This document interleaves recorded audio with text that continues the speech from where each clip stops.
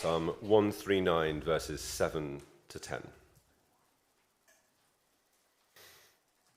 Where can I go from your spirit?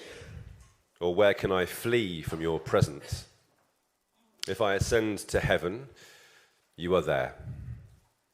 If I make my bed in Sheol, you are there. If I take the wings of the morning and settle at the farthest limits of the sea, even there your hand shall lead me, and your right hand shall hold me fast.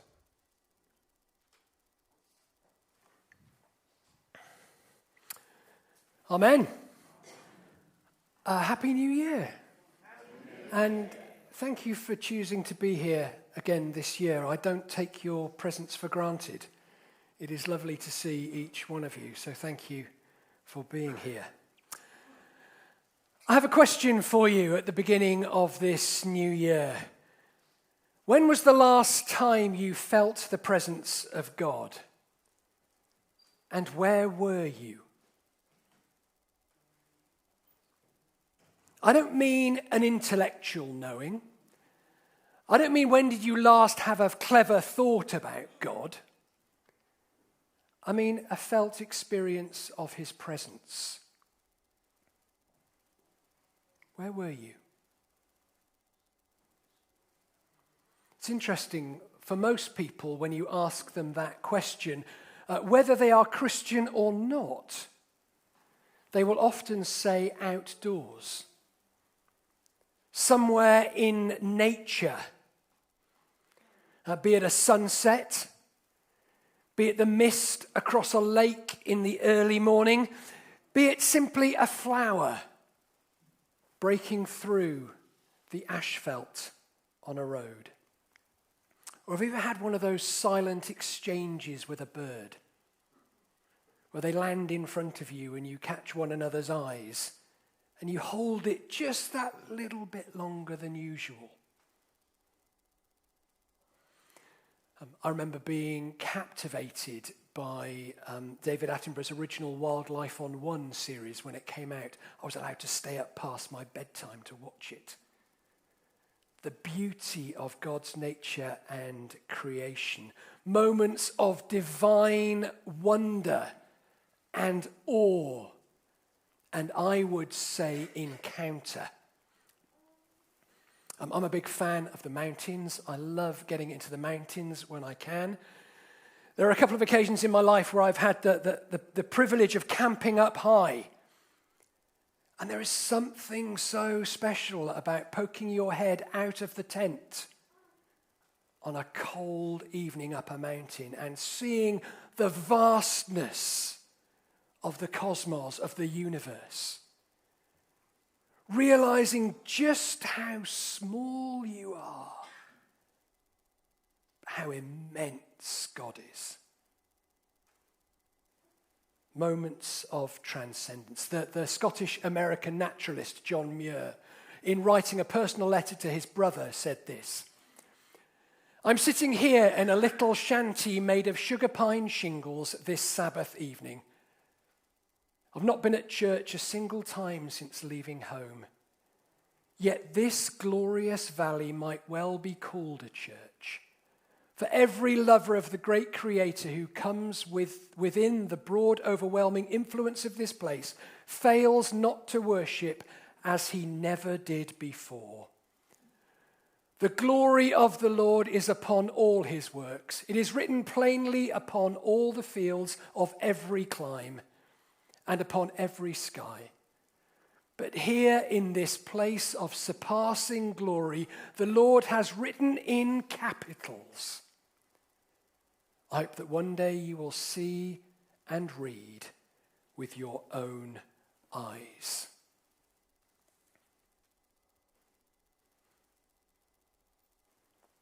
It was fascinating that Andy asked us to reflect on our desires and hopes for the new year.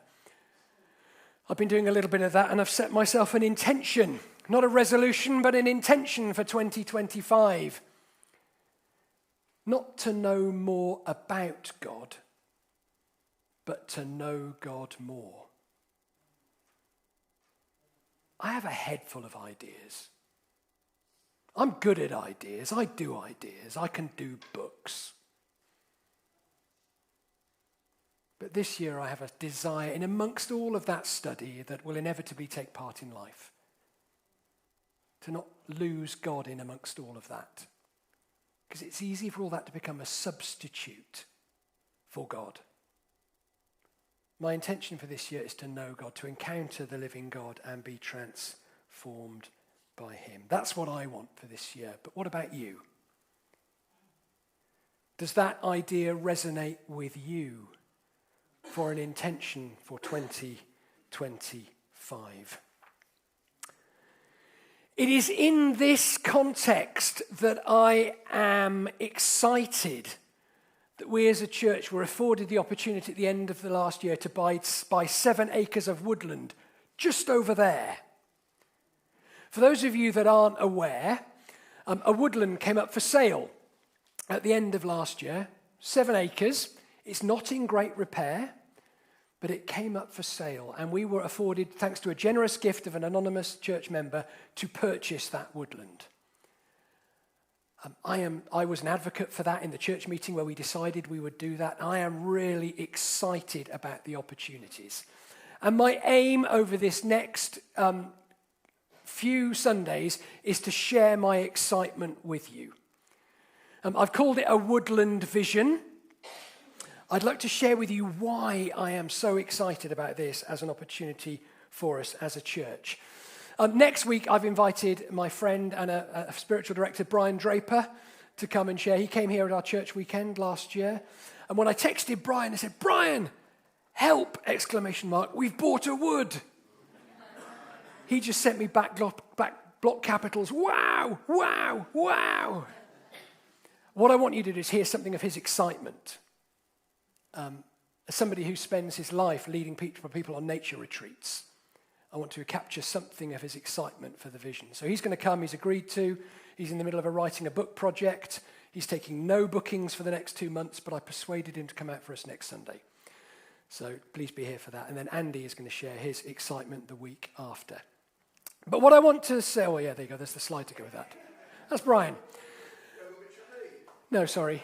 We know what you look like. One thing I want to say at the beginning is today I want to share with you the why. If any of you are familiar with Simon Sinek's work, you'll be familiar with this golden circle. Today I want to talk about the why. He says start with why. That's what we're going to do. The how and the what, I haven't got a clue. I really, genuinely haven't got a Scooby-Doo. But that makes it quite exciting to me because I am passionate about why we should be doing this. What we're going to do, what it will look like and how we're going to do it, we're going to have to work it out together. We'll look to get a small group of us together. We'll look to explore, maybe visit other projects, other possibilities. We'll explore how and what it looks like. I'm excited personally because I've been doing this for 25 years. Miles, it wasn't, thank you. It's not worthy. I kind of know how to do this. Churches, of course, have their ups and downs. They have their bumps and relationships. But I know how to do this. I know how to put together a service. I know how to lead communion. If someone's missing on the sound desk, I can probably sort that out as well. For me, it's so exciting to do something fresh, to be a novice again, to be a learner again, to be a beginner, to have not a clue, and to work with other people to learn together. So how and what, not a clue. We'll get to that. But today is all about the why. And what I want to do is I want to share with you 4 reasons that I'm excited about this as a possibility for us as a church. And the first is an opportunity to follow Jesus' example. Jesus, as you know, if you've read the Gospels, frequently used insights from the natural world to teach of God. He would draw people's attention to the lily, to the sparrow, and use them as illustrations in his teaching. He would say, look, gaze, watch, wonder. He talks about the seed that falls to the ground and has to die in order that new life and resurrection can be born. He talks about the wheat and the weeds growing next to one another, that God causes the rain to fall and sun to shine on it all. He drew their attention to the sheep and the shepherd and used it as a metaphor for God. My first excitement is that we are firmly in a biblical tradition by looking to the inspiration of nature. It is what Jesus did. Our vision statement is to live like Jesus. This is an opportunity, in some measure, to explore that. The second is, I think it offers us an opportunity for an antidote for the madness. Let me tell you what I mean. We live in an increasingly urbanized, screen-addicted, hyper-connected society. But we've lost connection. There might not be any Wi-Fi in Ashplatt Wood, but I guarantee you'll find a better connection.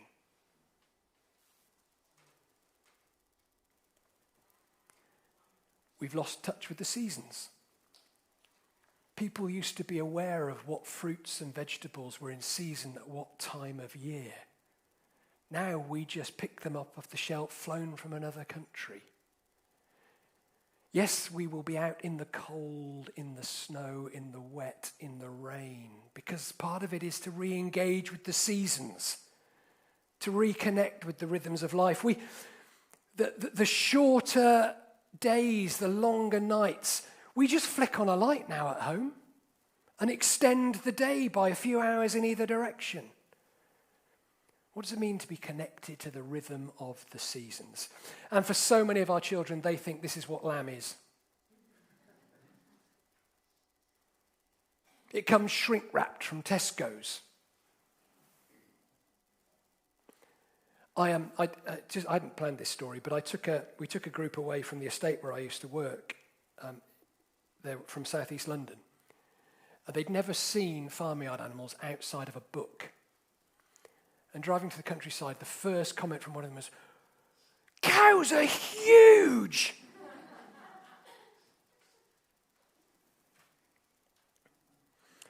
It was Richard Louv in his book, Last Child in the Woods, that described what he has called a nature deficit disorder. We live with a nature deficit disorder, a disconnection from the natural world.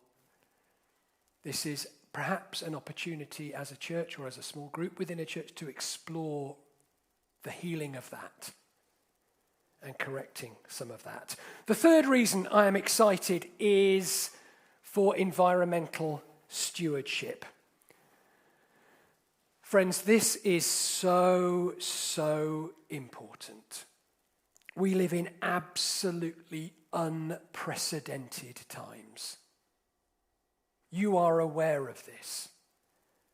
We are like the frog sat in the pot while the heat is slowly being turned up, and we are ignorant to all that is going on around us.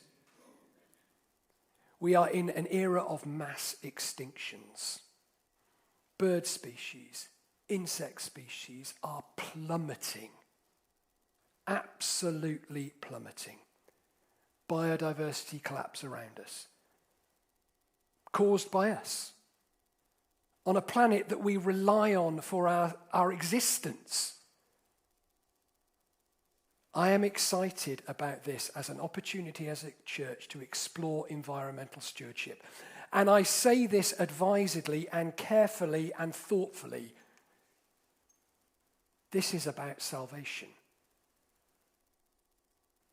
In the very broadest Colossians 1 sense of the word, taking our predicament that we are in at the moment, and as Christians taking our stewardship responsibility and our leadership responsibility seriously, is about salvation.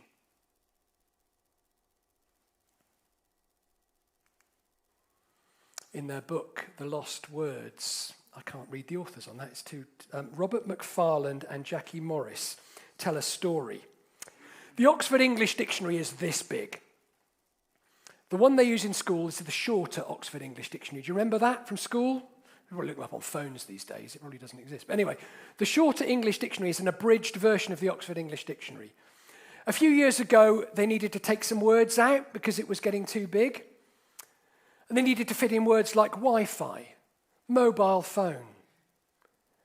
Here are the words they took out. Here are some examples. Dandelion, otter, bramble, acorn, heron, lark. Does that not stab you there? If you can't name it, how can you love it? God's task to humanity in Genesis 1 was to name the creatures. We need to introduce our children back to the natural world. The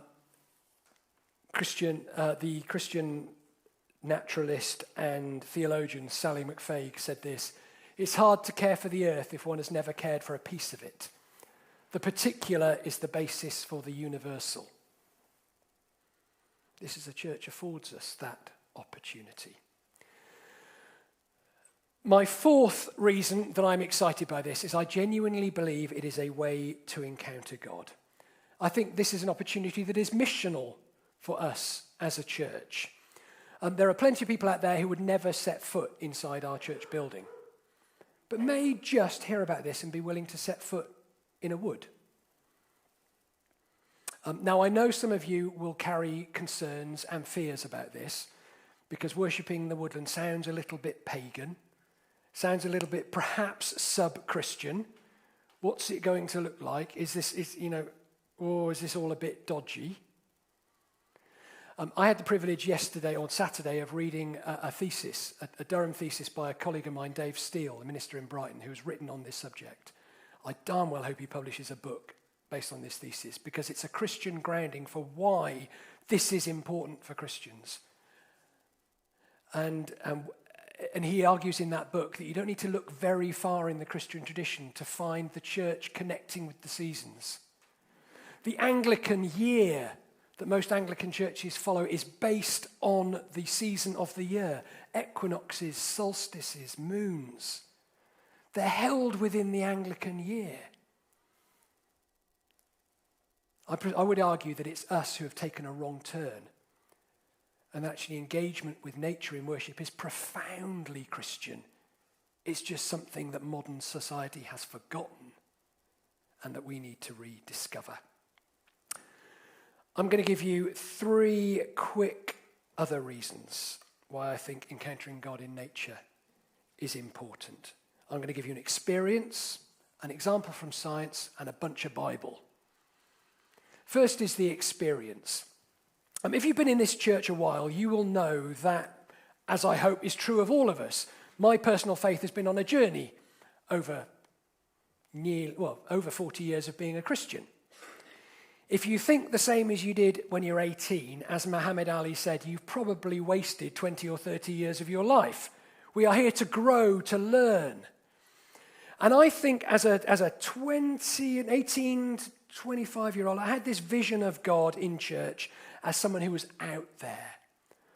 Royal, regal language, king, lord, all this language that placed God out there. And somehow our worship and our prayers was all about trying to convince and persuade God to reach in from out there to here, to show up, to reveal himself, to do something, to create a healing, to tinker here, to tinker there. And then somehow God would retreat back to heaven, wherever that was. This idea of a God who's out there beyond all. I have to say, and whether you want this of your pastor or not, I can be nothing but honest, I have lost my faith in that God over the last 20 years. I just found I couldn't sustain it intellectually or experientially. But I have not lost faith in God. Far from it. I would say my faith in God is now stronger than it has ever been. But instead of looking out there, I'm far more interested in how we find God here in amongst his creation, in amongst his people.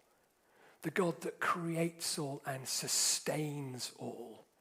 How do we encounter God here where the the distance between heaven and earth, where matter is the container for heaven, where I struggle for language, but where we find God and encounter God in and around us, in through relationships, in through nature. And God is someone who acts, but from within rather than from without. I've just found it an enlivening and exciting shift. And I look forward to those of you. I mean, if that doesn't resonate with you, fine. You know, we have our own journeys. I completely get that. But I found that idea resonated so much with me. I would argue to say it saved my faith.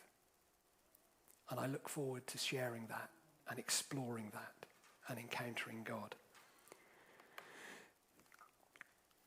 It says in Jeremiah 23, "Who can hide in secret places so that I cannot see them, declares the Lord? Do I not fill heaven and earth?" Heaven and earth. It's a place to encounter God. Ilia Delio, who is a scientist, a physicist, a theologian, a philosopher, probably a polymath, just fantastic. I love her writing, wrote this. This is the science one. "Today, physics speaks of a quantum whole. Our systems biology tell us of living organisms emerge as complex wholes. Modern science suggests that the whole exists prior to anything else. We are to awaken to the whole we already are and deepen it by becoming more unified through creativity, convergence, and consciousness." We are part of this big whole that God has created.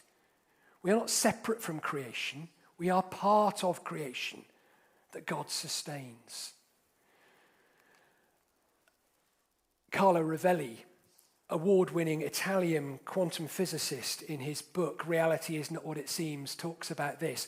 From science, no Christian faith at all, from exploring the subatomic world. He says the universe is relational. Rovelli posits that objects don't exist independently, but gain meaning through their relationship with other objects. He argues from science that when you get down to that kind of wave-particle duality, the subatomic world, that everything is energy in relationship. Everything is energy in relationship. Everything. Does that not sound like a scientist grasping at a definition for God? The ground of all being, who creates and sustains everything. I just want to name that energy God. God's Spirit, by which all things are sustained and all things relate. Trinity, a picture of God in relationship, Father, Son, and Holy Spirit. And we say that God is relationship, and then here's a scientist saying that the universe and everything is relationship. I just think there's a truth convergence. Anyway, sorry, I'll stop. I get excited by that. I'll stop that one. That's the science. And the third is the Bible. The psalmists, a deep intuition. Where can I go from your Spirit? Where can I flee from your presence? If I ascend to heaven, you're there. If I make my bed in Sheol, you're there. If I take the wings of the morning and settle on the farthest limits of the sea, even there your hand shall lead me, and your right hand shall hold me fast. From John 1. All things came into being through him, and without him not one thing came into being. What has come into being in him was life, and the life was the light of all people. Does that sound like Carlo Rovelli's energy in relationship? It does to me. Romans 11. For from him and through him and to him are all things. And perhaps my favorite, Acts 17. For in him we live and move and have our being. To sit quietly, to sit still, to encounter God. John Habgood, former Bishop of York, said this: what might it mean in practice to live as if anything or everything might become a vehicle of divine grace. That moment I talked of earlier of the exchange with a bird in nature or a creature in front of you. What might it mean for that to be a moment of divine grace and revelation? So there you go, friends. 4 reasons why I'm excited about the possibility that this might afford us. 1, it's an opportunity to follow Jesus' example. It is a place to explore an antidote to the madness of the modern world. It is about active, proactive environmental stewardship of a particular place local to us. And it is a fresh and inspiring and exciting potential way, I believe, to encounter God. Just to wrap this up and bring it into land, many of you will be aware of a movement that started a few years ago, started by a friend of mine actually, Bruce Stanley. He originally was a circus performer. I did some gigs with him at the Edinburgh Festival in 1992. We were the band, he was the circus act, we were at the Salvation Army together. I met him then way before this book came out. He's an instigator of a Forest Church movement. A chance of how do we do church? What does church look like when it's done outdoors? In his book, he writes this: Forest Church isn't just normal church happening outside. Instead, it attempts to participate with creation. It isn't just a fellowship group doing an outside activity. We aim to learn, worship, meditate, pray, and practice with the trees and at the spring and along the shore. Participants come with an attitude of experimentation, playfulness, and readiness to connect with nature. God is present in creation and can be understood through creation. You are in the sermon. Worship will happen when your heart is caught up in the beauty of the moment. I think one potential we could do is explore a monthly Forest Church meeting out in the wood to explore some of those ideas. Now, I want to say at the outset that that won't be for everyone. I completely recognise that. If you're looking at that and going, oh, dodgy nonsense, little tree huggers, leave it to your Aaron sweaters, the lot of you, then please don't worry. Church will continue as normal here on a Sunday, and we will do what we've continued to do and continue to do it to the best of our ability. But what I'm asking for your permission is for a few of us who feel like we really need this. Feel like we really need this. If I have to sing another triumphalistic Hillsong song, I'm just going to go mad, I think. Sorry. But some of us need this. If that's you, come join. Come journey with us. I think ultimately it's about reconnection. About reconnection with God, with people, with the land, with each other. And finding God there. Bernard of Chevreau said, the trees and the rocks will teach you more than you could ever learn from professors. Augustine of Hippo said, some people in order to discover God read a book, but there is a great book. The very appearance of created things. Can you ask for a louder voice than that? And St. Paul in Romans 1. Ever since the creation of the world, his eternal power and divine nature, invisible though they are, have been understood and seen through the things that he has made.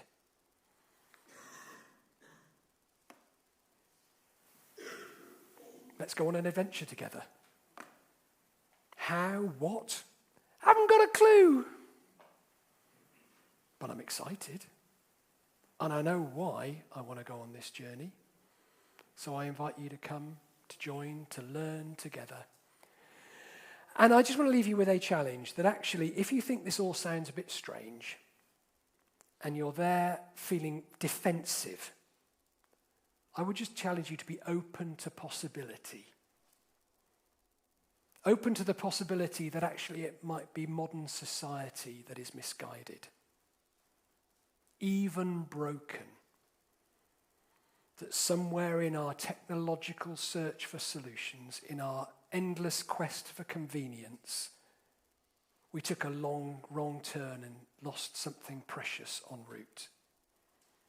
That if this feels strange to you, it might be us that moved. And actually, this is an opportunity to go back to something much more grounded. Amen.